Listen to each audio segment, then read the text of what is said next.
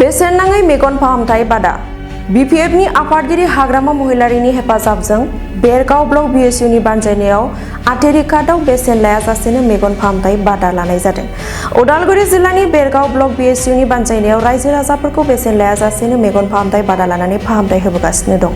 थांनाय माखासे सान सिगांनिफ्रायनो बड'लेण्ड निउट्रिलयनि रोंग'सार डाक्टरनि गेजेरजों बे फाहामथाय बादाखौ लाबोगासिनो दं Bergaon block बीएसयूआ।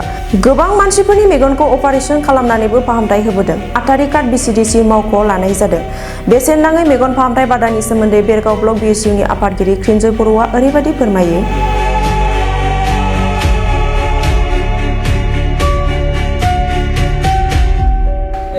Bergaon block Bodoland students union थांनाय सानथामसो सिगांनिफ्रायनो जोङो मोनफ्रोमबो बीसीडीसीयावनो फ्रि आइ चेकआपखौ खालामबोदोंमोन। बिब्दिनो दिनैहाय थामथि सान आरो थामथि सान माने दिनैहाय जोबथा सान।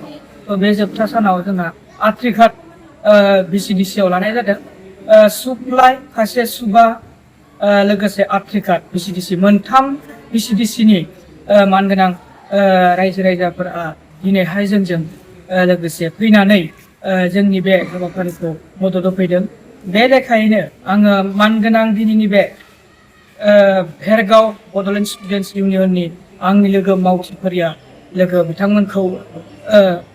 बिथांमोनजों लोगोसेनो आथ्रिघाट बीसीडीसीनि बीएसयूनि प्रेसिडेन्ट सेक्रेटारि, इउथनि प्रेसिडेन्ट सेक्रेटारि, वुमेन सेलनि प्रेसिडेन्ट सेक्रेटारि, बीपीएफ पेरेन्टनि प्रेसिडेन्ट सेक्रेटारि लोगोसे मासिगिरि बिथांमोनखौ आङो साबायखर बावहरो जे बिथांमोना गाव गावनि जि बेसेन गोसा सम बेखौ दोनथ'नानैब्लाबो जोंनि बे हाबाफारियाव मदद खालामनायनि थाखाय जोङो बड'लेण्ड स्टुडेन्टस इउनियन बेरगाव ब्लकआ गोजोननाय बावहरदों आरो साबायखर बावहरदों। जोङो फैबाय थानाय समाव जोङो बिब्दिनो मोनफ्रोमबो ससियेलिस्ट खामानि माने सुबुं अनफावरि खामानिखौ जोङो मावनो साखाफारा।